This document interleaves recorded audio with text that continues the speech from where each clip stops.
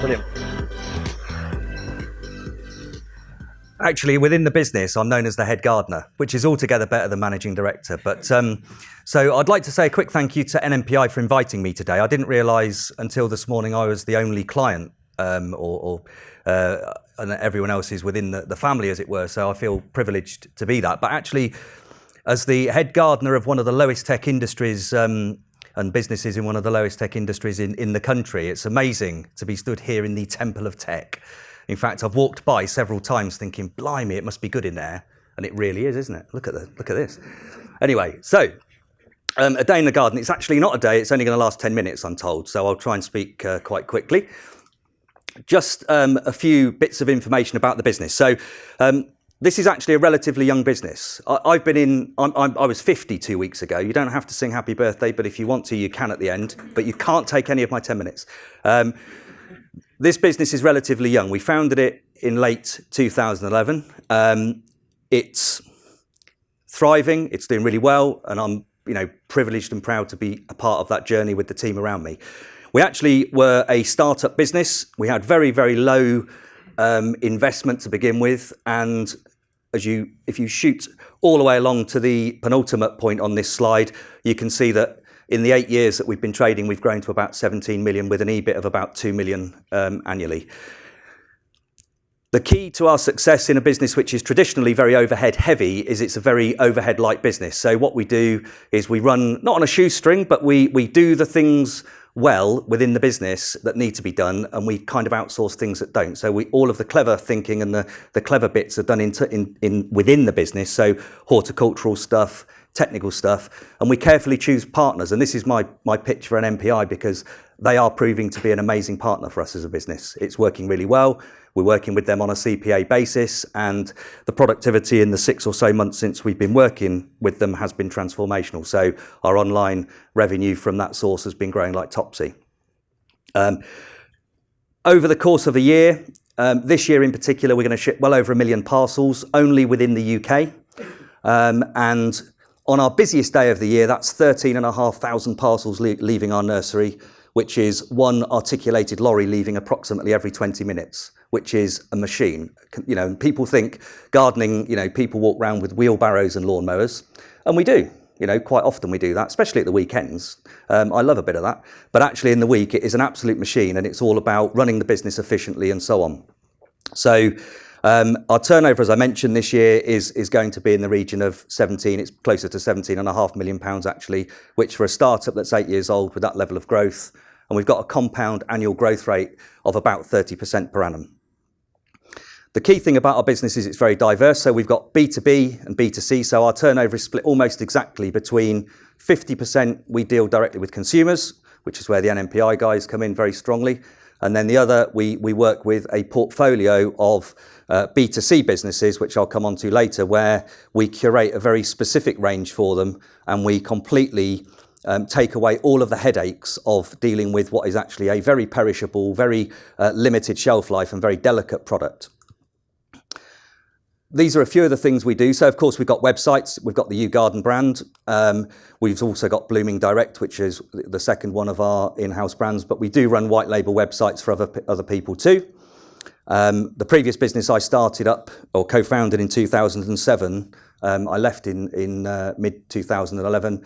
And actually, we now run that again for them. So Garden Bargains is part of the Ideal World group. Ideal World is the UK's second largest shopping TV channel, which is one of our big B2B partners, but we actually now operate and run the business they bought from me in 2010. But we also work with a whole portfolio of B2B clients like Freeman's, Shop Direct, and so on. And it's the diversity of that we think makes us special, because we've never lost a B2B client in all of the years we've traded. So 8 years, we've never lost one single B2B client through any of our own actions, or inaction, so through poor service or whatever. We've never lost one single B2B client. We've resigned a couple of accounts, and one of them sadly went bust, but we've actually never lost a B2B client. On the B2C side, you can see there's really old school, the save £5 thing in the middle of there, save £5. Off the page advertising and cataloguing are really big for us. So we're basically dealing with a demographic which we frame the description of our typical customer is between 55 years old and dead. We prefer the ones that are closer to 55 than the others, obviously, because they've generally got a higher propensity to spend money, but we are dealing with an older market. So it has its challenges.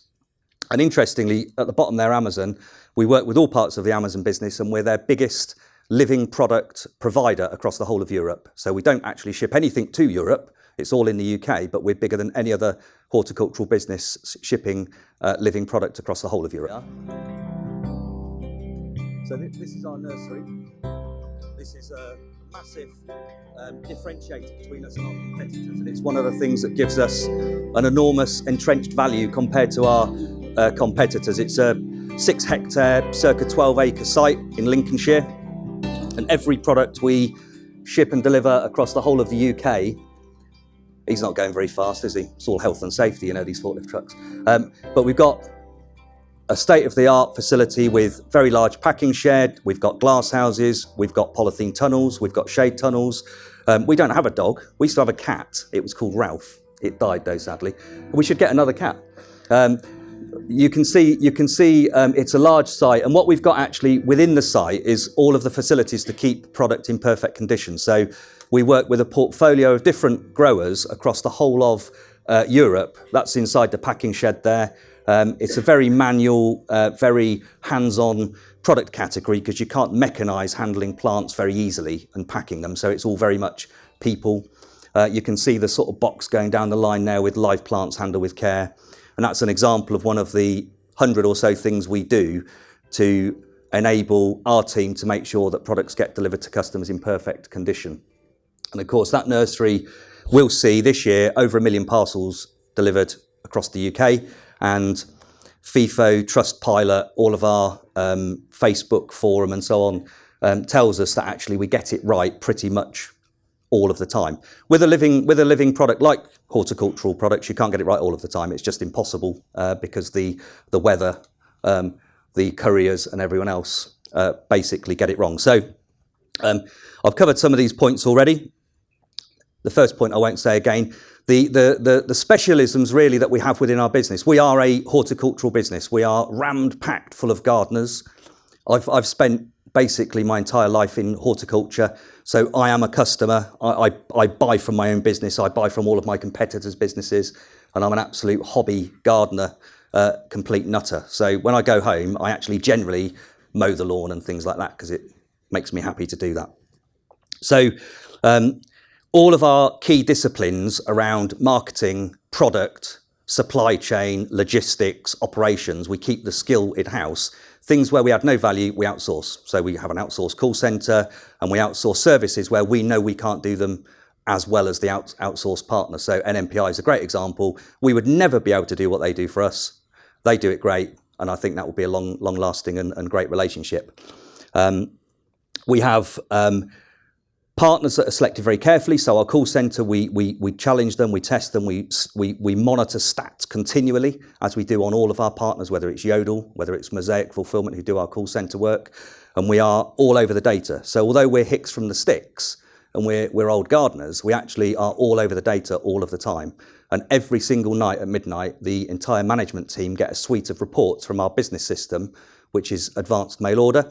And that tells us exactly how we're doing from a volume, from a value, from a operational dispatch perspective. All of that stuff is circulated, and every single tracked media code is circulated in detail as well. And we have a rule in the business that if we can't track it, we don't do it.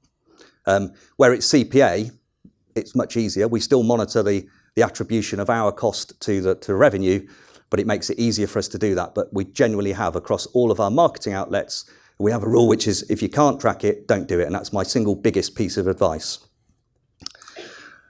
So things we do that make us special, we think, and we are surprisingly successful in terms of growth and profitability and customer satisfaction in a very difficult sector where we have a living product, which is difficult to handle. It tries to die from the minute you pick it up. Its sole intention is to try and die if you don't water it. And we say if it's too hot, too cold, too wet, too dry, too light or too dark, plant will get grumpy if it's any of those it doesn't like. So we've got to manage all of those things from the nursery to the front door. The test orders that we place with ourselves and our customers, as I say, prove that we know we're doing a good job, and what our customers tell us does that. And the other thing is that we tell customers what to expect. So on our website, pretty much for every product, you'll see video content, you'll see imagery, you'll see what your get image is. And when we supply products, we'll tell people how to look after them, how to get the best from them.